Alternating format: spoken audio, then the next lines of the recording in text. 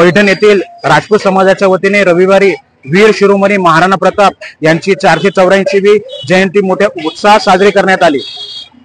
समाजातील ज्येष्ठ नागरिक परशुराम परदेशी, रमेश सेठ परदेशी, मदन सिंग परदेशी, श्याम परदेशी व गोपाल परदेशी व राष्ट्रवादी शहर अध्यक्ष जितू परदेशी यांच्या प्रमुख उपस्थितीत सकाळी अभिवादन करण्यात आले। यावेळी मोठ्या संख्येने राजपूत समाजातील नागरिक उपस्थित होते।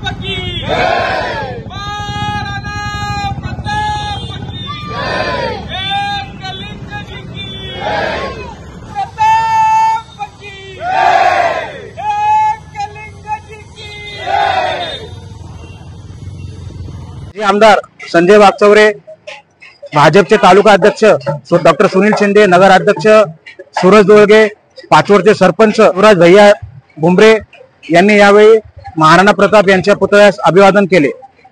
या प्रसंगी बोलताना महाराणा प्रताप जयंती निमित्त पैठण शहरातील व तालुक्यातील सर्व नागरिकांना खूप खूप शुभेच्छा।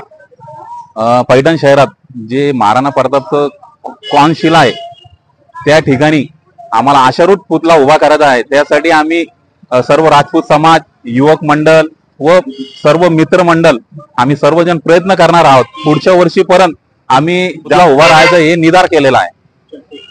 महाराणा प्रताप जयंतीचे अध्यक्ष अश्विन परदेशी म्हणाले, सर्वप्रथम आज महाराणा प्रताप यांची 484वी जयंती।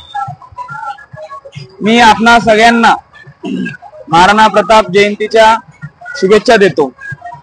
आज जयंती निमित्त आम्ही सगळ्यांनी एक संकल्प केला आहे, या कोनशिलेच्या जागेवरती येणाऱ्या काळात लवकरात लवकर आशारूढ पुतळा व्हावा ही विनंती आम्ही छत्रपती संभाजीनगर जिल्ह्याचे खासदार आदरणीय संदीपान पाटील भुमरे साहेब यांच्याकडे केली आहे।